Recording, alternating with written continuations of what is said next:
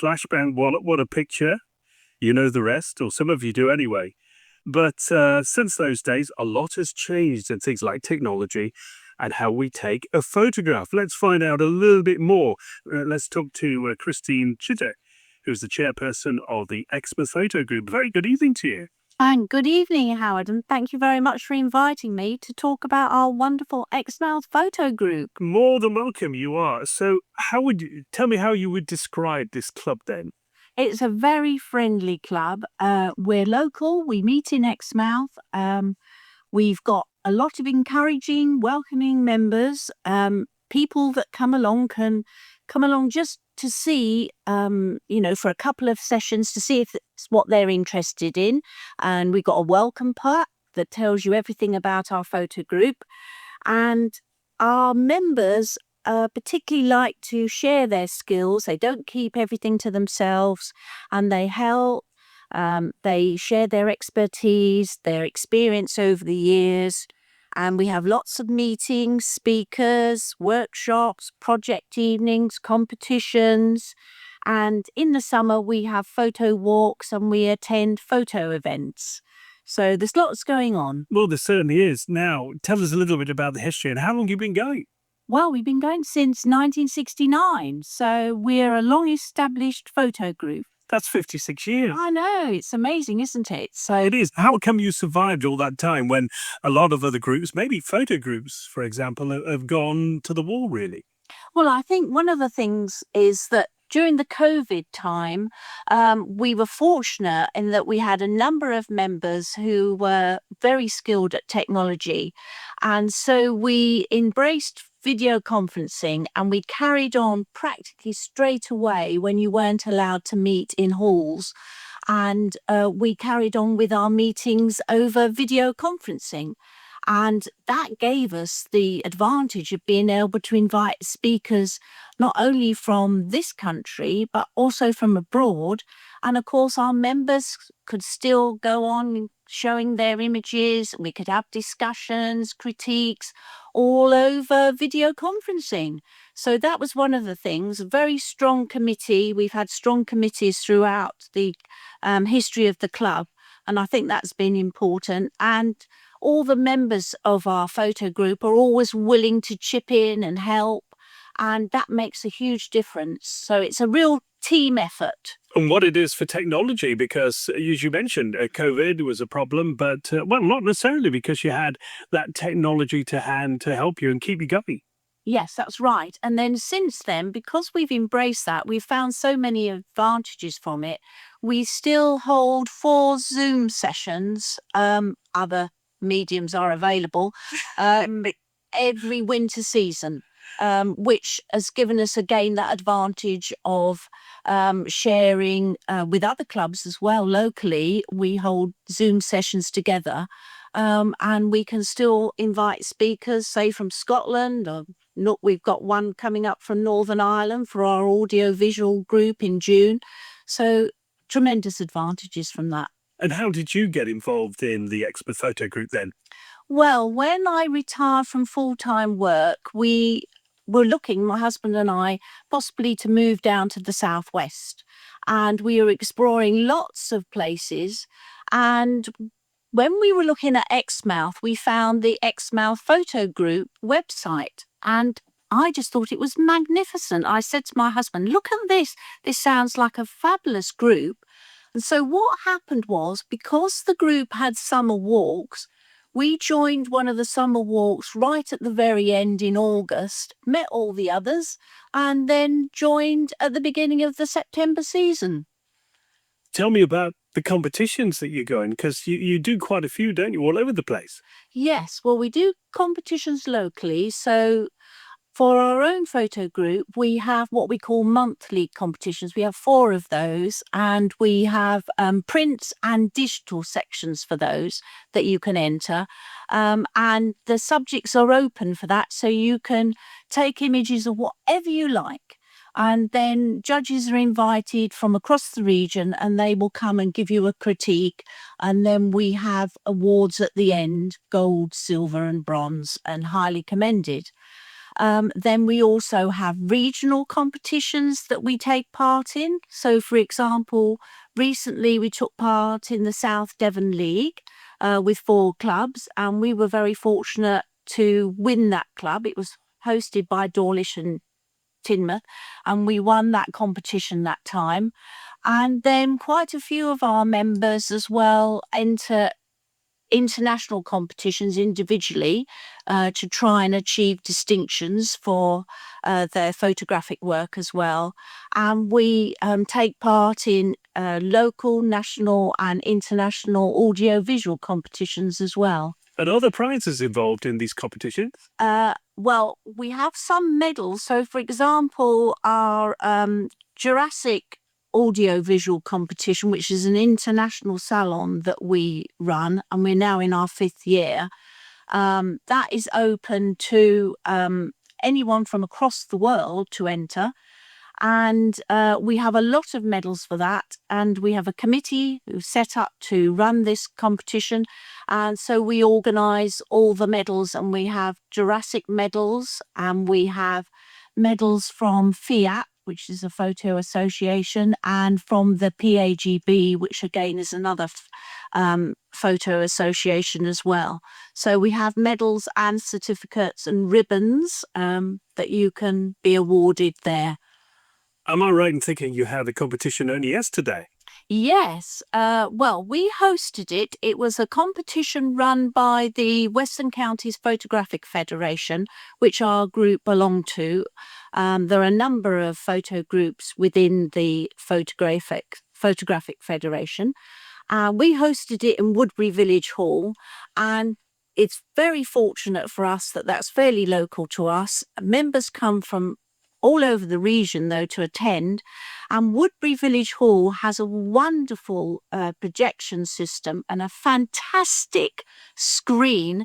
And what was quite unusual yesterday, we held the competition there, and the judge was actually in Stafford.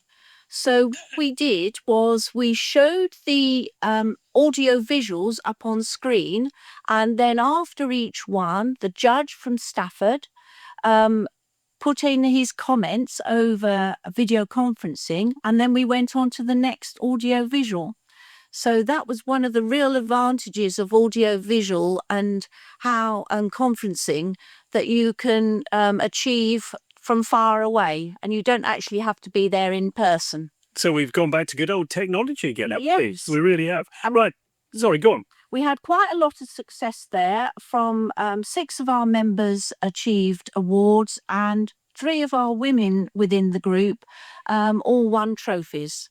So we were really delighted with that. A good day was had by all. Yes, exactly. Right, let's take a break for some music. When we come back, I want to talk about how you funded. Uh-huh. And also, I'd be interested to know what your earliest camera was. We'll talk about that. And also, if you're looking for new members, and we'll do that after Tommy Steele. Blowing up in a cloud of smoke, clap bands.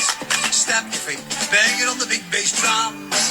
What a picture, run to the bum, bum, bum, stick it in your Bill hand. and flash bang while we're in the middle of talking to Christine Chittock, who's the chairperson of the Exmouth Photo Group.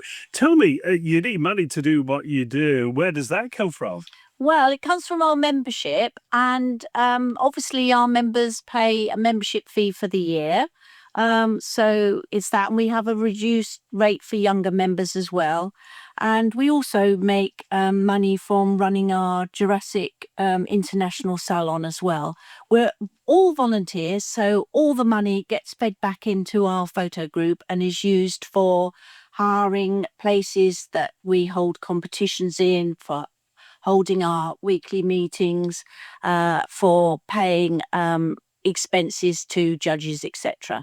So basically from our membership, and for running some of the events and, and occasional raffles.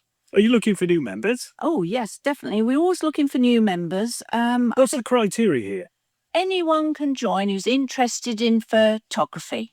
You don't need to be skilled at using a camera or your phone. You can come along and find out about how you can make and process images at our photo group. Everyone would be really happy to help you, encourage you, and also if you're very experienced, we might learn from you as well. So we always welcome new members. You mentioned a moment ago mobile phones. How much are they creeping into what you do now? Well, our group is called a photography group, so it's all about taking images. So wherever you take them, you can show them. And obviously, with smartphones and everything, now you can really take some superb photographs on a phone as well. And a few of our members do enter competitions with their images that they've taken on a mobile phone, and they've had success with them as well. Is it easy to tell I mean, as experts like you are in the photo group, is it easy to distinguish between a mobile phone picture and a picture that's been taken by an ordinary camera?